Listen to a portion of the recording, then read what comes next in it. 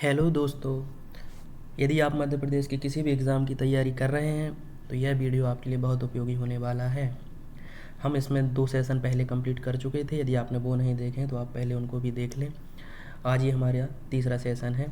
आइए दोस्तों शुरू करते हैं। मध्य प्रदेश की 5 सबसे लंबी नदियों का घटता हुआ क्रम बताना है। नर्मदा, सोन, चंबल, माही, ताप्ती, इन पाँचों में हमें घटते हुए क्रम बताना है।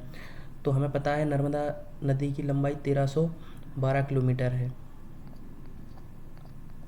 और सोन की लंबाई है 780 965 किलोमीटर। और सोन की लंबाई सॉरी दोस्तों 780 किलोमीटर है और चंबल की है 965 और ताप्ती की है लंबाई 724 किलोमीटर और माही की है 583। अतः इस क्रम में सबसे पहले नर्मदा आएगी, फिर चंबल आएगी, फिर सोन आएगी, फिर ताप्ती आएगी, फिर माही, जो कि ऑप्शन नंबर बा में हमें दिया गया है। अतः ऑप्शन नंबर बा हमारा सही हो जाएगा। अगला क्वेश्चन, निम्नलिखित में से कौन सुमेलित नहीं है। हमें बताना है कि इसमें से किसका उद्गम स्थान सुमेलित नहीं है। ताप्ती मुल्ताई तालाब बैतूल से, ये बिल्कुल सही है। बेतवा कुमारगांव रायसेन से, ये भी सही है। तवा पचमढ़ी महादेव पर्वत से, ये भी सही है। अतः ऑप्शन नंबर द गलत हो जाएगा, क्योंकि छिप्रा का उद्गम जानापाव पहाड़ी से नहीं होता है। छिप्रा का उद्गम काकड़ीबाड़ी पहाड़ी इंदौर से होता है। अतः ऑप्शन नंबर द इसमें सही हो जाएगा। अगला क्वेश्चन, निम्नलिखित में से किस दिशा में मध्य प्रदेश की नदियाँ नहीं बहती हैं। हमें पता है कि मध्य प्रदेश की नदियाँ 3 दिशा में बहती हैं। एक उत्तर की दिशा में बहती है, पूर्व की दिशा में नहीं बहती हैं, उत्तर, पश्चिम और दक्षिण की दिशा में बहती हैं। अतः इसका सही आंसर हो जाएगा पूर्व की दिशा में।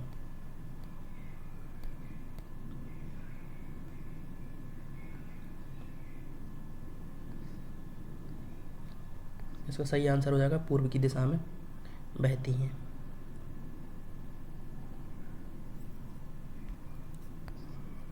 अगला क्वेश्चन, मालवा की गंगा किस नदी को कहा जाता है। मालवा की गंगा किस नदी को कहा जाता है। माही, चंबल, छिप्रा या बेतवा। तो मालवा की गंगा दोस्तों छिप्रा नदी को कहा जाता है। अगला क्वेश्चन, आदिवासियों की गंगा किस नदी को कहा जाता है। तो माही को, चंबल को, केन को, नर्मदा को। तो हमें पता है आदिवासियों की गंगा हम माही नदी को कहते हैं, जिसका उद्गम स्थल धार है, जो कि धार से निकलती है और ये कर्क रेखा को 2 बार काटती है। अतः इसका सही आंसर माही नदी हो जाएगा। अगला क्वेश्चन, क्वेश्चन नंबर 6वां, निम्नलिखित में से कौन सुमेलित नहीं है। हमें इसमें बताना है कि कौन सा शहर जो है इन गलत सुमेलित है। ताप्ती, बैतूल एवं बुरहानपुर हैं, बिल्कुल सही है ये, क्योंकि ताप्ती नदी पर बैतूल और बुरहानपुर दोनों हैं। बेतवा नदी पर सांची और विदिशा स्थित हैं, ये भी सही है। सिवना नदी पर मंदसौर और नीमच, ये भी सही है। चंबल नदी पर धार और बड़वानी नहीं है। बड़वानी और धार दोनों नर्मदा नदी के किनारे पर आते हैं, इसलिए चंबल नदी पर नहीं है। इसका आंसर हमारे द ऑप्शन हो जाएगा। अगला क्वेश्चन, नर्मदा नदी की सहायक नदी कौन सी है। सबसे लंबी सहायक नदी कौन सी है। तो नर्मदा नदी की सबसे लंबी सहायक नदी तवा है, हिरण है, शेर है या शक्कर है। तो नर्मदा नदी की सबसे लंबी सहायक नदी जो है वो तवा है, और ये नर्मदा नदी की सबसे लंबी सहायक नदी है।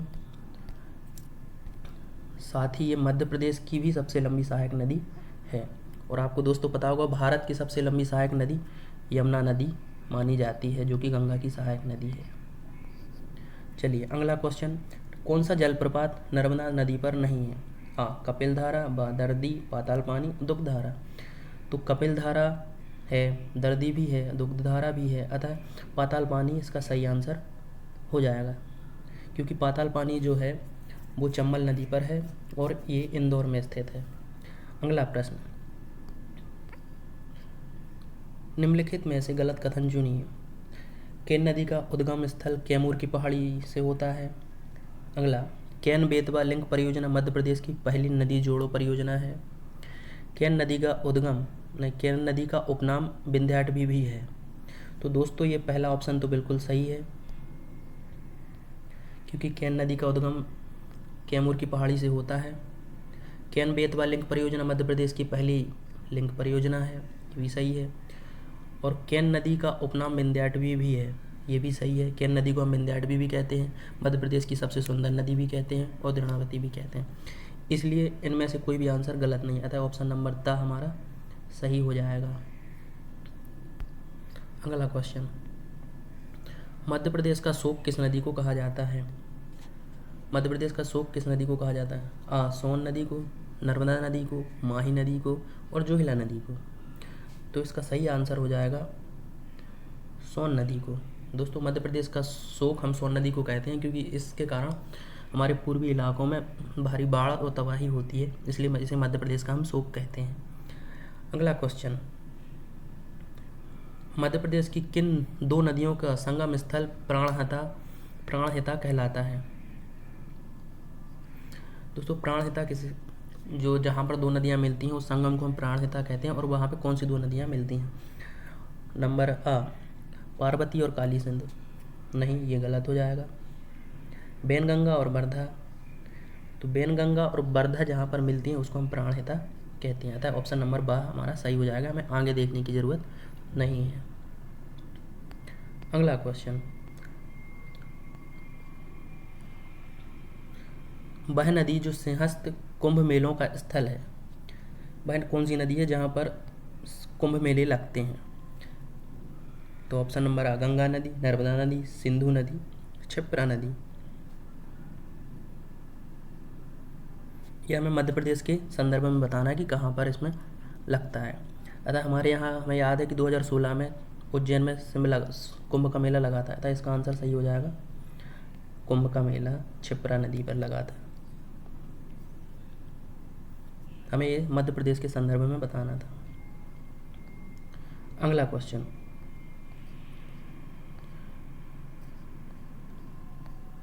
कौन सी नदी मध्य प्रदेश की सर्वाधिक प्रदूषित नदी है?